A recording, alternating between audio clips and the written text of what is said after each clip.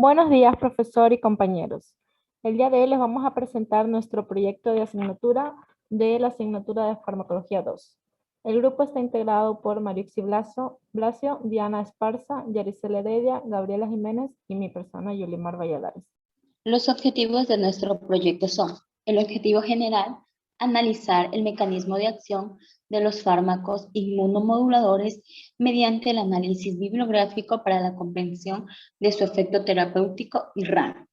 Objetivos específicos: identificar los fármacos inmunomoduladores más usados en infecciones o enfermedades del sistema inmunitario. Determinar la eficacia terapéutica de estos fármacos contrastando el balance entre sus acciones farmacológicas y sus efectos secundarios. El marco teórico. Fármacos inmunomoduladores. ¿Qué son? Estas son también conocidas como moduladores del sistema inmunitario. Son sustancias que estimulan o deprimen el sistema inmunitario y pueden ayudar al cuerpo a combatir enfermedades e infecciones e incluso el cáncer. Algunos pueden estar presentes de forma natural en el organismo y otros provienen de fuentes como microorganismos o plantas. Estos inmunomoduladores se encuentran en dos tipos, que son los inmunomoduladores específicos. Dentro de este grupo están los anticuerpos monoclonales, las citocinas y las vacunas que afectan a partes específicas del sistema inmunitario. Y el otro grupo son los inmunomoduladores inespecíficos, como el BCG y el levamisol, los cuales afectan a todo el sistema inmunitario. Pese a los grandes avances que se han hecho en la obtención de inmunomoduladores selectivos y específicos, hay una principal limitación, que es la complejidad del sistema inmunitario, que hace prácticamente imposible modular un componente aislado de esta red sin afectar la homeostasis de todo el sistema. Tenemos los usos de los inmunomoduladores. Las aplicaciones terapéuticas son múltiples y diversas, pero principalmente se usan en trasplantes y tratamientos de enfermedades infecciosas, inflamatorias y autoinmunitarias. También se lo usa para enfermedades como el cáncer y el VIH. Existen los inmunomoduladores que son de origen microbiano. Esto se los usa principalmente en enfermedades autoinmunes, trasplante de órganos, desnutrición, enfermedad inflamatoria intestinal y en enfermedades infecciosas. Vamos a ver en primer lugar los fármacos inmunoestimulantes. Bueno, una definición corta y sencilla de este tipo de fármacos es que son aquellos que pretenden aumentar la respuesta inmune o estimular el sistema inmunológico. Son aplicados para afecciones como el cáncer, enfermedades inmunodeficientes y algunos tipos de infecciones. Aunque su principal desventaja es que han demostrado tener una baja eficacia y presentar diversos efectos secundarios, lo que hace que su uso sea bastante reducido. También tenemos las citocinas. Las citocinas son proteínas y glicoproteínas de un tamaño entre 8 y 40 kilodaltons.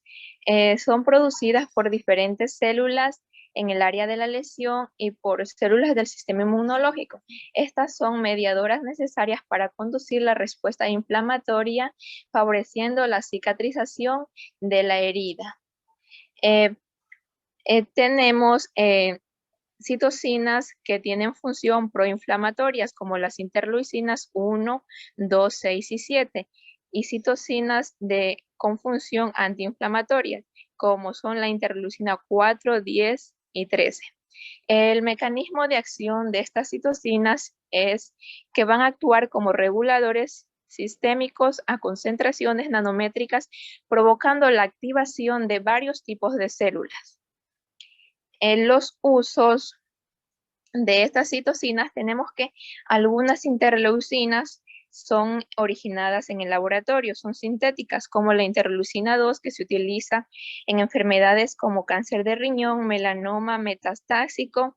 También tenemos al interferón que es utilizado en la leucemia mieloide, melanoma, sarcoma de Kaposi, y tanto las interleucinas como los interferones se utilizan para controlar efectos o para prevenir los efectos de las quimioterapias, y estos son en su caso inyectables.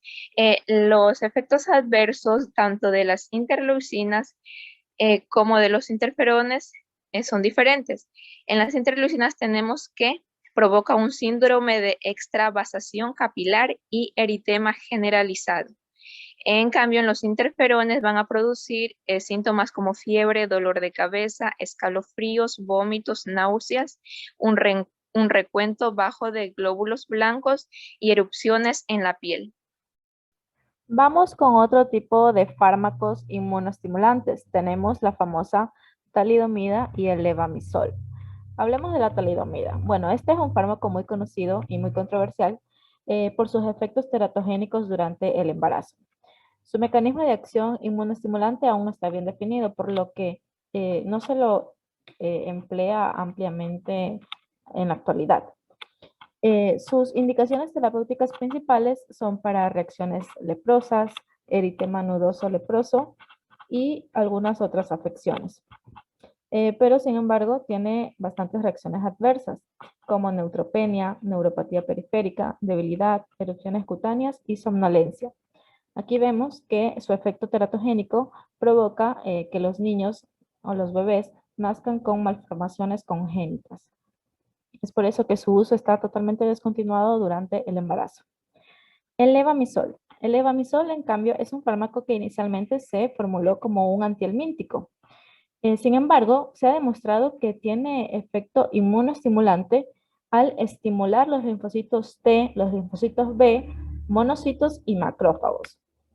Si bien es cierto, no se lo utiliza mucho en la actualidad, más bien es utilizado en en el ámbito de veterinaria.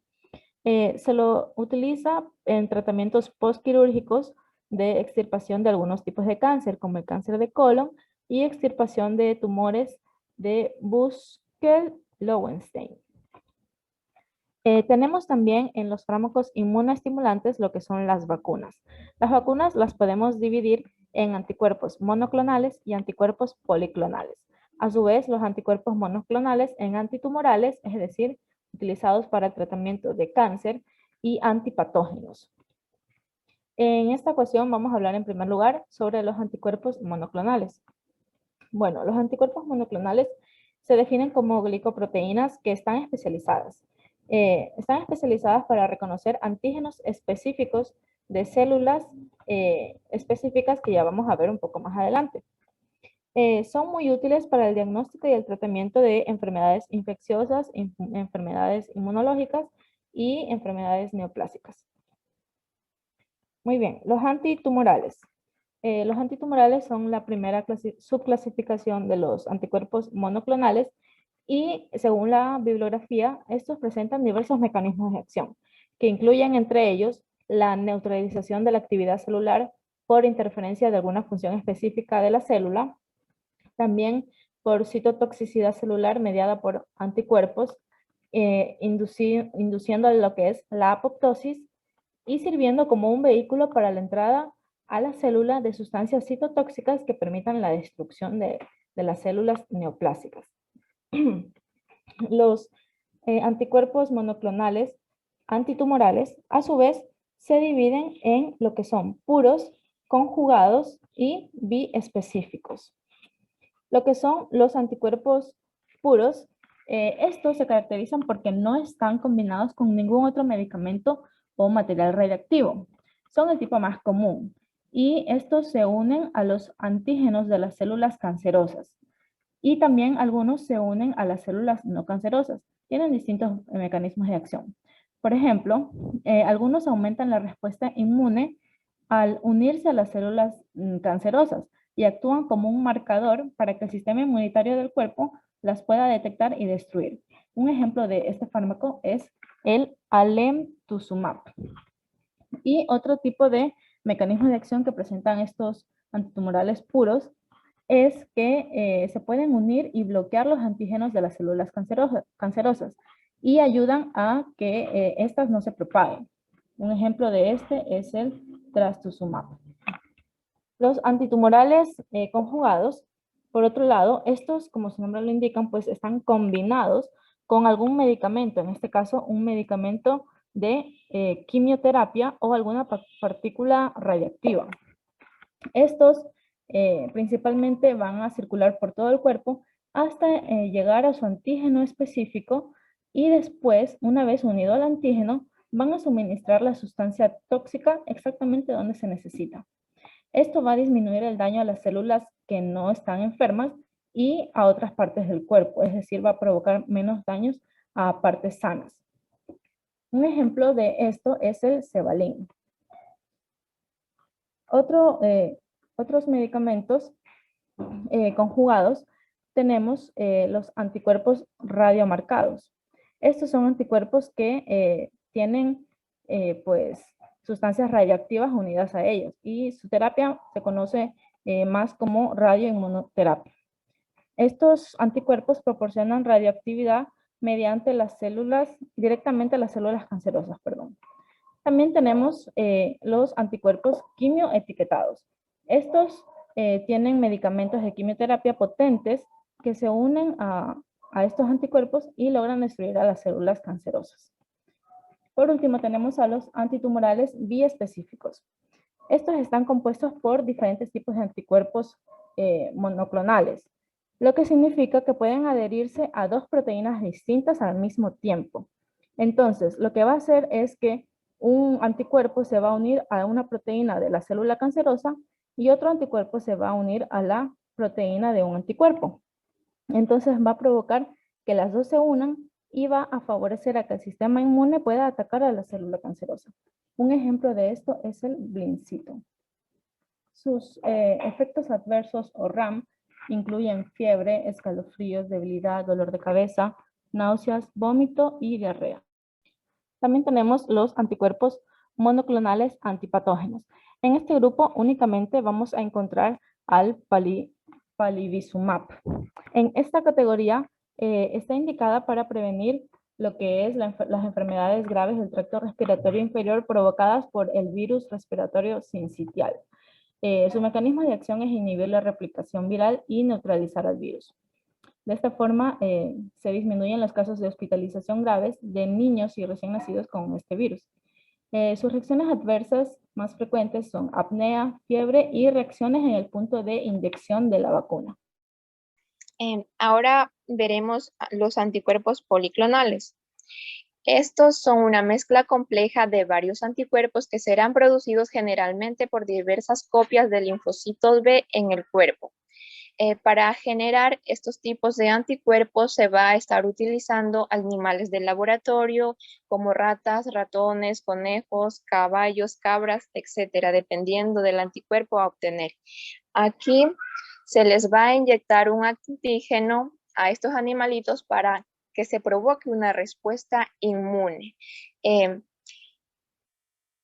El suero de los animales va a ser continuamente analizado para vigilar las reacciones del anticuerpo y finalmente se va a extraer los anticuerpos cuando ya se haya producido esa cantidad suficiente que se está buscando. Los usos de estos anticuerpos polinucleales son variados. Tenemos que se utiliza en la técnica de ELISA para descubrir marcadores tumorales. También se utiliza en inmunofluorescencia y en la purificación o en el enriquecimiento de los antígenos. Algunos de los efectos adversos que presentan los anticuerpos polinucleales son la linfopenia, disminución de linfocitos T, neoplasias, infecciones oportunistas y citomegalovirus. A continuación vamos a hablar acerca de otro grupo de los fármacos inmunosupresores que son los fármacos que inhiben la respuesta inmunitaria o la inflamación. Y dentro de este se encuentran las citocinas. Muchas citocinas tienen efectos inhibidores y entre ellas se encuentra el interferón beta. que su estructura es semejante a los demás interferones. Su mecanismo de acción es inhibir a la síntesis de citocinas del tipo Th1 y activar los macrófagos. También mejora la integridad de la barrera hematoencefálica. El principal uso para este tipo de fármacos es para la esclerosis múltiple, que es una enfermedad autoinmune, y la dosis recomendada es de 22 a 200 microgramos de 1 a 3 veces por semana y se administra por vía subcutánea o intramuscular. Y las RAN más comunes se pueden presentar dolor muscular, fiebre, escalofríos y astenia. Siguiente. Otro grupo de fármacos inmunosupresores inhibidores se encuentran los anticuerpos policlonales. Los anticuerpos policlonales pueden ser humanos o animales y también pueden emplearse como inmunosupresores en ciertas patologías. Su mecanismo de acción en el caso de las enfermedades autoinmunes es inhibir la respuesta inmunitaria y la inflamación cuando estos se unen a los receptores de la región Fc de la inmunoglobulina G en los linfocitos beta, los macrófagos y las células dendríticas. Sus usos más importantes son la isoinmunización del RH, el rechazo de injertos renales y gran número de inmunopatías de tipo autoinmune o inflamatorio. Y entre las RAN más comunes se pueden encontrar de los anticuerpos policlonales humanos en adultos y ancianos se ha visto aumentado. Y el tratamiento con anti-D para la PTI causa un efecto anemizante debido a que se destruyen los hematíes en el vaso. Además provoca hemólisis intravascular, causando dolor lumbar, escalofríos y fiebre. Siguiente. Encontramos otro grupo de fármacos que inhiben la respuesta inmunitaria, que son los anticuerpos monoclonales. Aquí se pueden subdividir en anticuerpos para tratar o prevenir el rechazo de trasplantes y para el tratamiento de enfermedades con base inmunológica. Dentro de los que se utilizan para prevenir el rechazo de trasplantes se encuentran el Muronovap CD3, que provoca la disminución de los linfocitos T. Y sus usos se emplea para tratar en sí el rechazo agudo de trasplantes resistentes a los corticoides. Y las RAN más comunes, debido a la producción de citocinas, se asemejan a una gripe que puede ocasionar temblores, dolor de cabeza, náuseas, vómitos, diarreas, dolor abdominal, dolor muscular y debilidad.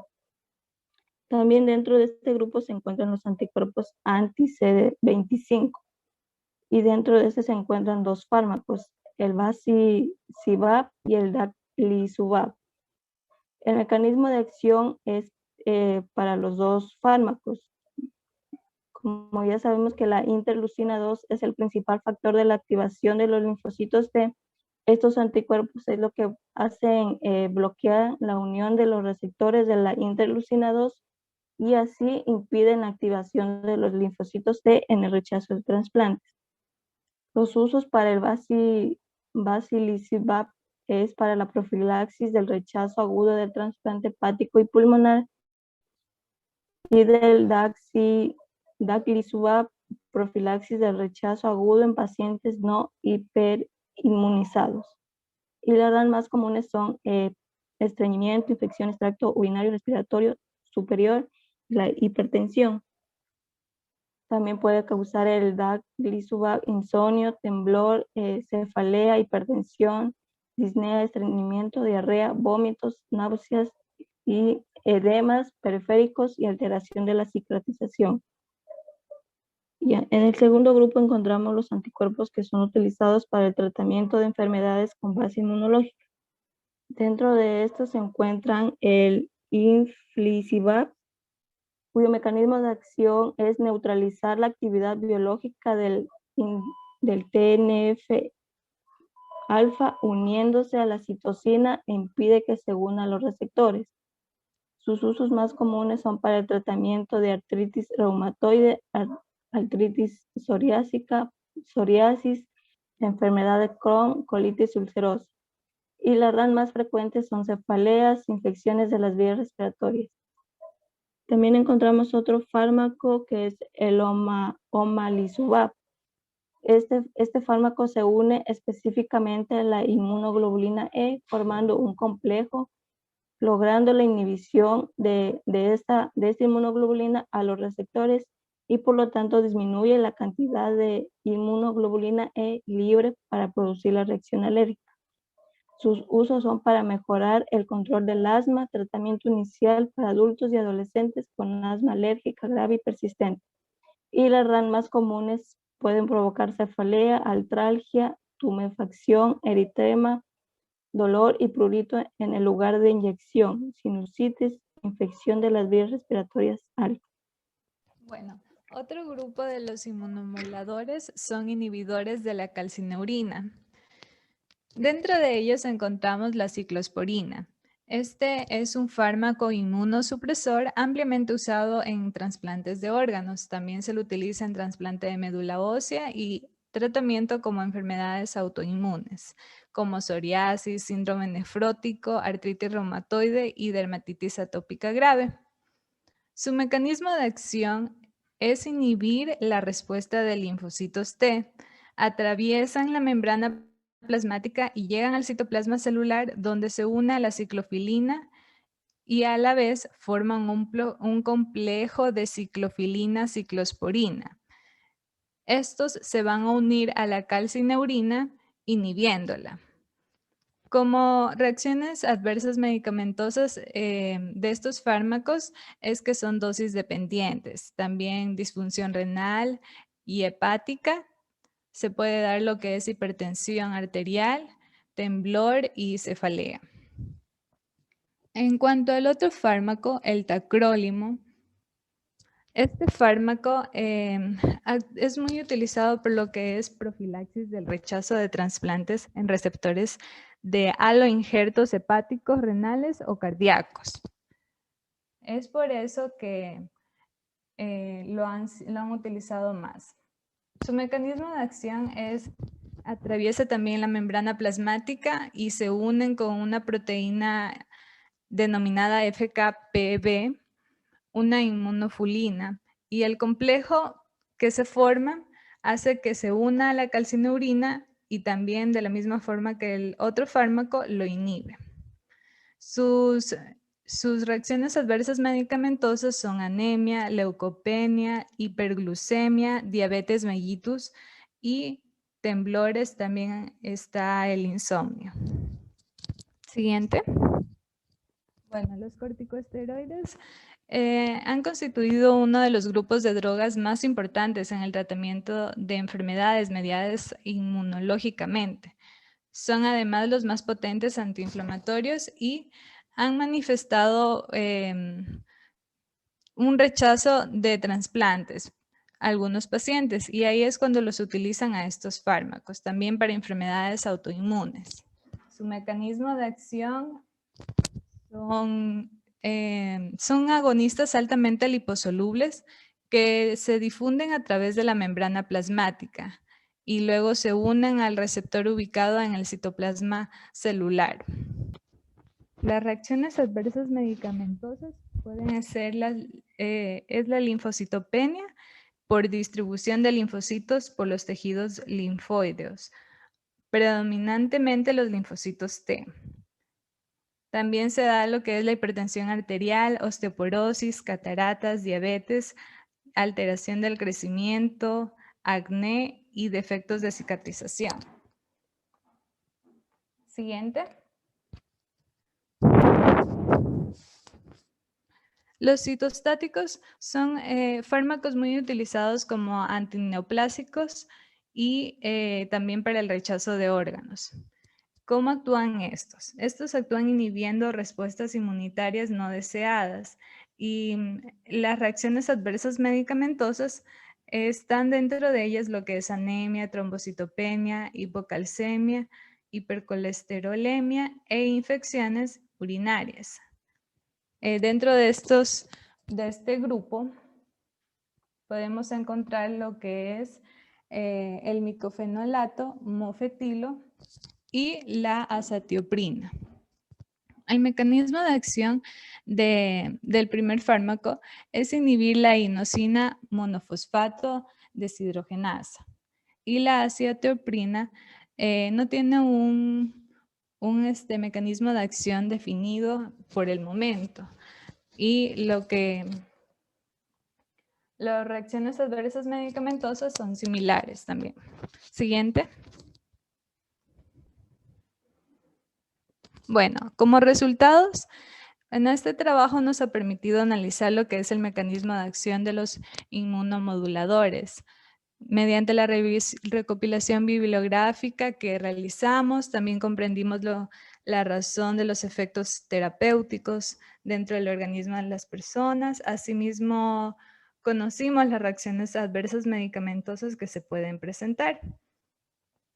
También identificamos que los fármacos inmunomoduladores no son más que sustancias biológicas o no biológicas que influyen directamente sobre una función inmune específica o también indirectamente. Se ha modificado uno o más de los componentes del sistema inmune. La eficacia terapéutica de los inmunomoduladores se ha visto reflejada ante infecciones por virus o bacterias, también lo que es el cáncer, en la prevención y el tratamiento del rechazo de trasplantes, donde el sistema inmune reacciona frente a la agresión causada por los antígenos extraños del trasplante. Es por eso que este tema ha sido muy importante para exponer. Siguiente. Nosotros hemos realizado una tabla recopilando toda la información de cada uno de los fármacos y a continuación las vamos a presentar. Bueno, las conclusiones. Mediante la realización de nuestro trabajo conocimos todo acerca de los fármacos inmunomoduladores, que son sustancias biológicas o no biológicas, utilizadas principalmente en enfermedades autoinmunes, en trasplante de órganos y en cierto tipo de cánceres.